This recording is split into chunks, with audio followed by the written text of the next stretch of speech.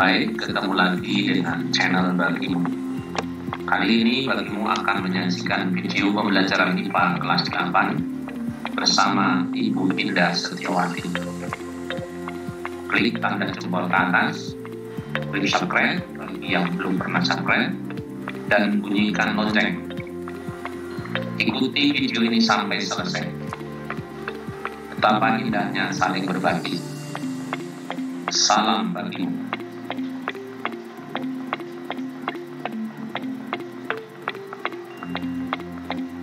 Assalamualaikum warahmatullahi wabarakatuh. Halo anak-anak, jumpa lagi di media pembelajaran IPA kelas 8 bersama Ibu Indah Setiawati. Pada video pembelajaran sebelumnya telah dibahas materi struktur organ dan jaringan tumbuhan serta fungsinya. Menarik bukan?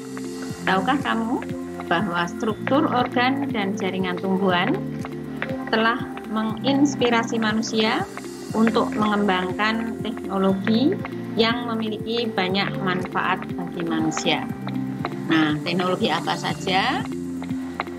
Mari pada kesempatan kali ini kita mempelajari teknologi yang terinspirasi dari struktur dan fungsi jaringan tumbuhan. Nah, di akhir pembelajaran nanti diharapkan kalian dapat menjelaskan struktur dan fungsi jaringan tumbuhan yang dapat menginspirasi manusia untuk mengembangkan teknologi. Teknologi yang terinspirasi dari struktur jaringan tumbuhan antara lain: yang pertama, sensor cahaya; 2, panel surya atau solar cell; 3, lapisan pelindung atau pengkilap; 4, alat pemurnian atau penjernih air; teater es plant di Singapura; teknik pemasangan batu bata; teknik pondasi cakar ayam. Nah, yang pertama kita pelajari tentang sensor cahaya. Teknologi yang terinspirasi dari struktur jaringan tumbuhan yang pertama, sensor cahaya. Pernahkah kalian melihat lampu penerangan di jalan yang menyala sendiri ketika menjelang malam dan mati sendiri ketika menjelang pagi tanpa dinyalakan dan dimatikan secara manual? Bagaimana hal tersebut dapat terjadi? Lampu penerangan jalan tersebut mampu menyala dan mati secara otomatis karena dilengkapi dengan sensor cahaya yang disebut fotoresistor atau light dependent resistor LDR dan saklar pengatur on dan off. Fotoresistor ini mampu mendeteksi ada dan tidaknya cahaya di lingkungan sekitar. Fotoresistor ini merupakan resistor atau hambatan listrik yang dapat diubah nilai hambatannya melalui penyinaran cahaya. Hambatan listrik dari fotoresistor ini akan berkurang jika terkena cahaya. Saat menjelang pagi, sinar matahari akan mengenai fotoresistor, menyebabkan listrik mengalir menuju saklar, sehingga lampu penerangan jalan menjadi mati. Saat menjelang malam, aliran listrik tidak dapat mengalir melalui fotoresistor, sehingga tidak ada aliran listrik yang mengalir menuju saklar. Akibatnya, saklar berada dalam kondisi on, sehingga lampu penerangan menyala.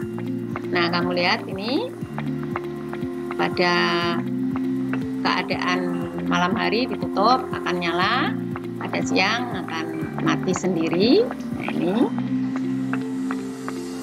Fotoresistor ini mampu mendeteksi ada atau tidaknya cahaya di lingkungan sekitar. Nah, teknologi ini terinspirasi dari stomata tumbuhan kaktus. Pada malam hari stomata membuka dan pada siang hari stomata menutup untuk mengurangi penguapan. Nah, ini membuka menutupnya stomata.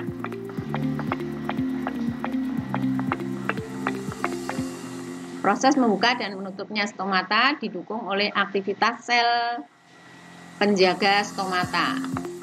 Sel penjaga ini memiliki reseptor cahaya yang disebut fotoreseptor yang peka terhadap cahaya. Pada siang hari, fotoreseptor menangkap cahaya menyebabkan air dalam sel penjaga dipompa keluar. Sel penjaga mengecil sehingga stomata menutup. Anak-anak, yang kedua yaitu panel surya. Panel surya merupakan alat yang dapat mengubah sinar matahari menjadi energi listrik. Nah, ini ketika cahaya matahari menabrak panel surya, ini menyebabkan elektron panel surya bergerak melalui konduktor dan menjadi listrik. Panel surya terinspirasi dari organ daun dan meniru mekanisme fotosintesis. Nah, ini proses fotosintesis. Ya. Ketika cahaya matahari menabrak panel surya, menyebabkan elektron panel surya bergerak melalui konduktor menjadi listrik. Berikutnya, lapisan pelindung dan pengkilap. Pernahkah kalian melihat tanaman talas? Daun talas selalu bersih dan tahan air. Ternyata pada permukaan daun talas terdapat lapisan tebal yang disebut dengan kutikula. Kutikula tersusun atas senyawa lipid berupa lilin atau uap dan polimer hidrokarbon yang disebut kutan. Senyawa ini bersifat hidrofobik, artinya tidak suka air. Lapisan lilin ini mencegah debu atau kotoran yang menempel, membuat daun talas tetap bersih. Nah, tahukah kalian bahwa ilmuwan telah mengadopsi mekanisme ini dan menerapkan untuk membuat cat yang tidak mudah kotor, lapisan anti air, misalnya pada semir sepatu, lapisan mengkilat pada mobil, cat mobil. Nah, ini terus alat-alat rumah tangga, ini semir sepatu. Yang berikutnya, alat pemurni atau penjernih air.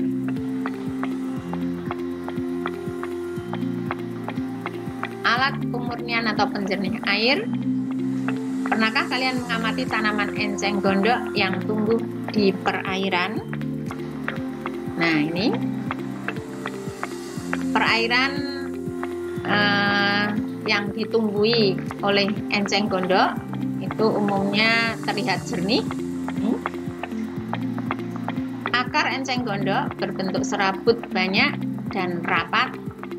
Akar ini mampu menyerap partikel dalam air sehingga air menjadi bersih.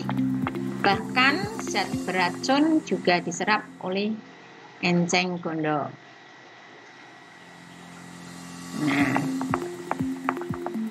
membran sel akar terdapat saluran kecil yang terbentuk dari protein. Salah satu salurannya bernama aquaporin. Aquaporin merupakan saluran protein kanal yang hanya dapat dilalui oleh air, sehingga partikel lain tidak bisa lewat. Alat tersebut menginspirasi ilmuwan untuk mengembangkan teknologi penyaringan atau pemurnian air. Berikutnya, gedung teater di Singapura. Nah, ini gedung teater di Singapura. Bangunan ini terinspirasi pada buah durian. Lapisan terluar dari atap gedung berbentuk menyerupai kulit buah durian. Atap tersebut dapat diatur untuk mengikuti gerakan matahari sehingga dapat menjaga intensitas cahaya matahari yang masuk dalam gedung.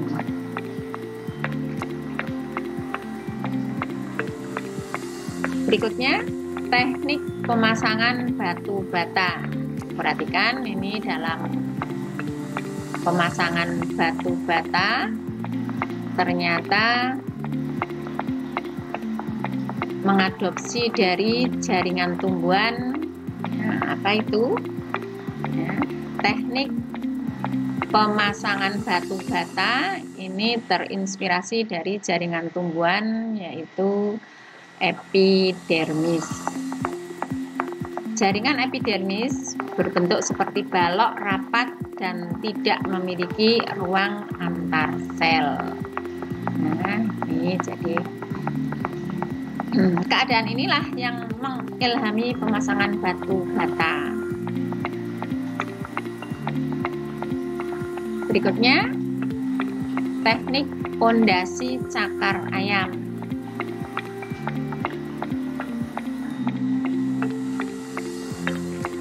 Nah, kalau kalian perhatikan, gedung-gedung bertingkat, gedung yang tinggi itu bisa berdiri kokoh dan kuat.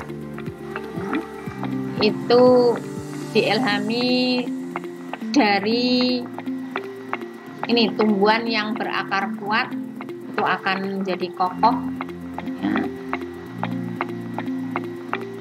Cakar ayam, pondasi cakar ayam itu terinspirasi dari penerapan jaringan akar yang kokoh dan rapat, ya, penunjang tumbuhan, sehingga mampu mengokohkan bangunan yang ada di atasnya.